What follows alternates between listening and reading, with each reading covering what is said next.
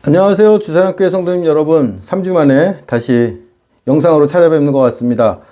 오늘은 우리가 바벨탑 사건으로 잘 알고 있는 창세기 11장의 말씀들을 함께 나누어 보고자 합니다. 노아의 홍수 후에 우리가 흔히 바벨탑 사건이라고 하는 일이 벌어집니다. 노아의 방주가 도착했던 아라랏산은 전통적으로 지금의 터키 지역이라고 알려져 있는데, 사람들이 이 방주가 도착했던 산악지대에서 동쪽으로 이동을 합니다. 그리고 시날이라는 평야 지역에 정착을 하죠. 시날은 다른 말로는 수메르라고 하는데, 티그리스 유프라테스 강이 있는 지금의 이라크 지역입니다. 이곳은 두 강이 이렇게 만나는 지역이어서 농사 짓기에 좋은 땅이라서 예로부터 비옥한 초생딸 지역이라고 했습니다. 인류학자들이나 고고학자들은 이곳에서 인류 최초의 문명이 일어났다고 하고, 이 문명을 수메르 문명이라고 하죠. 이곳에 정착한 사람들이 서로 말합니다. 창세기 11장 3절 4절입니다. 서로 말하되, 자, 벽돌을 만들어 견고히 굽자 하고, 이에 벽돌로 돌을 대신하며 역청으로 진흙을 대신하고, 또 말하되 성읍과 탑을 건설하여 그 탑 꼭대기를 하늘에 닿게 하여 우리 이름을 내고 온 지면에 흩어짐을 면하자. 시날 평야에 정착한 사람들은 그 전에 없던 획기적인 기술을 개발합니다. 돌이 아니라 흙을 불에 구워서 벽돌을 만들고, 이 벽돌을 지금의 아스팔트 재료와 비슷한 역청을 이용해서 단단히 쌓아 올리는 기술을 개발해낸 거죠. 이건 당시로서는 일종의 혁명적인 건축 기술이었습니다. 돌을 이용했을 때와는 비교할 수 없을 정도로 빠르고 효율적으로 건축을 할 수 있었던 거죠. 새로운 기술을 갖게 된 사람들은 이 기술에 맞는 새로운 비전을 생각해냅니다. 새 건축 기술로 성읍과 탑을 건설해서 탑을 하늘에 높게 쌓아서 자신들의 이름을 날리고 흩어지지 않고 대대손손 함께 모여 살자는 계획입니다. 왜 이 사람들은 성읍과 하늘에 닿는 높은 탑을 만들고 흩어지지 말자, 이런 생각을 했던 걸까요? 이때는 노아의 대홍수에 대한 기억이 생생하던 시대였습니다. 그리고 이들이 정착했던 곳은 먹을 곳이 풍부하고 농사 짓기는 좋았지만 비가 오면 강물이 넘치는 평야 지역이었죠. 여름에 비가 많이 내려서 강이 넘칠 때마다 사람들은 그 전에 대홍수가 일어나서 자신들의 모든 것이 떠내려가 버리고 집이 물에 잠겼던 기억이 떠올랐을 겁니다. 그리고 두려웠겠죠. 이 두려움을 해결하는 방법은 단단한 벽돌로 떠내려가지 않는 도시를 건설하고, 아무리 비가 와도 안전한 하늘 높이 솟은 탑을 만드는 거였습니다. 특히 하늘 높이 닿는 탑을 만들면 거기에 자신들의 귀중품이나 식량을 보관하고, 그래서 아무리 큰 홍수가 나도 안전하게 자기 삶의 터전을 지킬 수 있을 거라고 생각했던 거겠죠. 결론적으로 그들이 벽돌을 이용해서 성읍과 탑을 건설하려고 한 건 대홍수에 대한 불안 때문이었습니다. 그런데 하나님께서 홍수가 끝나고 하늘에 무지개를 두시면서 약속하신 게 뭡니까? 다시는 홍수로 세상을 멸망시키지 않으시겠다는 언약과 생육하고 번성하라는 축복이었습니다. 새로운 건축 기술을 통해서 성읍과 탑을 만들어서 흩어지지 말자라고 했던 사람들은 기본적으로 이 하나님의 약속과 복을 믿지 않는 사람들이었던 거죠.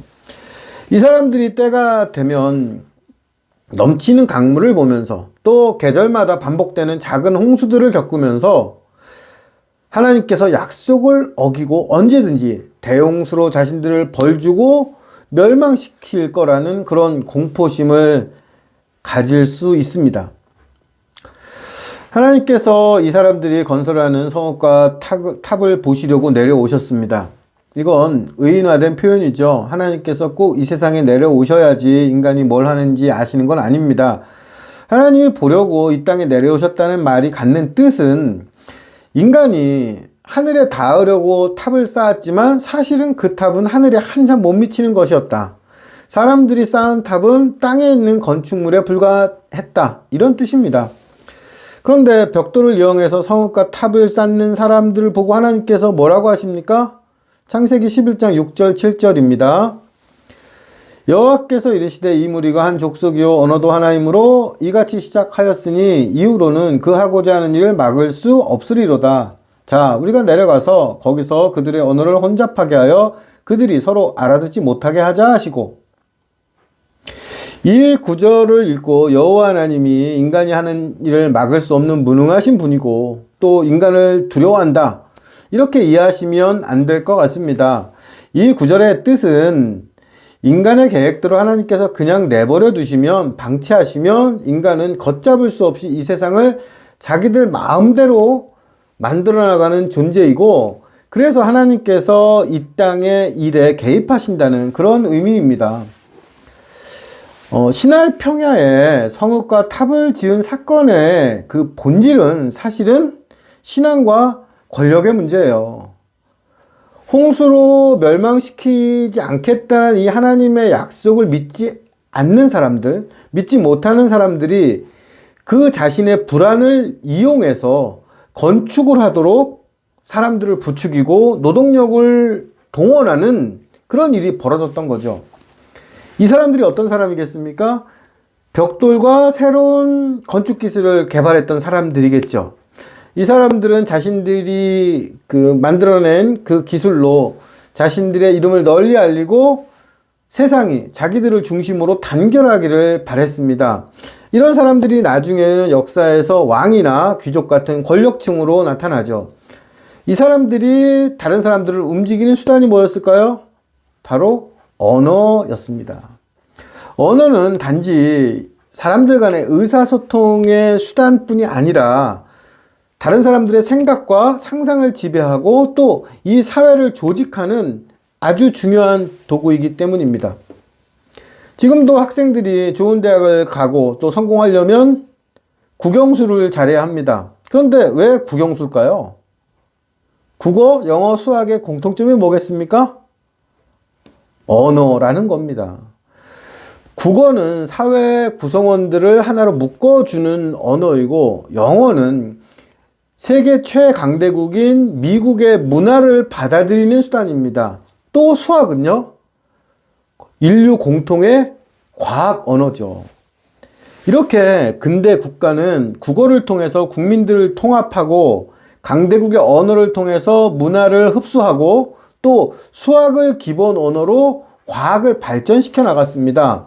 이렇게 언어를 장악하고 문명을 만들어간 권력자들이 결국 일으켰던 게 세계 1차, 2차 세계대전이었죠.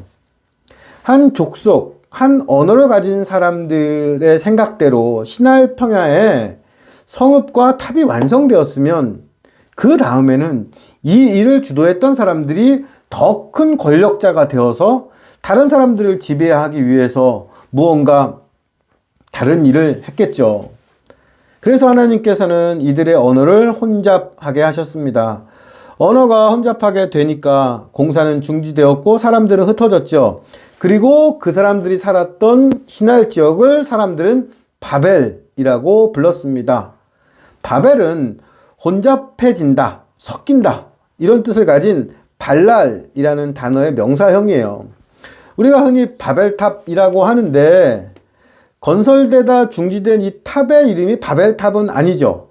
바벨탑은 없습니다. 언어가 혼잡하게 된 그 지역이 바벨이었고 거기서 뒷담한 이름 없는 탑이 있을 뿐이죠. 이번 수요 예배 때는 이 신할 평야에서 있었던 일들의 의미를 한번 되새겨보고 이것이 현대사회에서 지금 우리에게 어떻게 되풀이되고 있는지 한번 생각해 봤으면 좋겠습니다. 그리고 만약에 그렇다면 하나님께서 지금 이 땅에 바라시는 사회와 문화라는 건 과연 어떤 것일까? 이런 것도 한번 더불어서 생각하고 나누어 보았으면 합니다. 이번 주 수요일 8시 만나 뵙고 싶습니다.